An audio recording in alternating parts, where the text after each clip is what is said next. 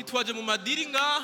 Hatukuja kufanya deal hapa. Nabizi ko abantu baza gusenga kwa Mungu. Nafikiri ya kwamba watu wengi wanakuja kuomba siku ya Jumapili. Umugenzo. Kwa sababu ya kama desturi. Kugira ni bakubaza. Ili wakikuuliza. Mbega warasenze? Uliomba? Wego narasenze. Ndiyo nimeomba. Nasengeye kuri Jesus Grace Church. Niliombea katika kanisa la Neema ya Yesu Kristo. Nasengeye kuri Life Center. Niliomba kule ku Life Center. Nasengeye muri Bon Berger. Niliomba pale ku Bon Berger.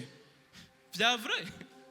Kwa kweli. Wewe warasengeye mu buntu bwa misengero y'ubuntu bwa Yesu Kristo. Hama ni wakira ubuntu bw'Imana. Uliombea ndani ya kanisa la Neema ya Yesu Kristo alafu haukupokea neema ya Mungu. Wewe warasengeye muri Bon Berger. Uliombea ndani ya kanisa la Bon Berger. Haukupokea. Umwungere mwiza ari we Yesu. Mchungaji mzuri na ndiye Yesu Kristo. Warasengeye muri Life Center ni barongo.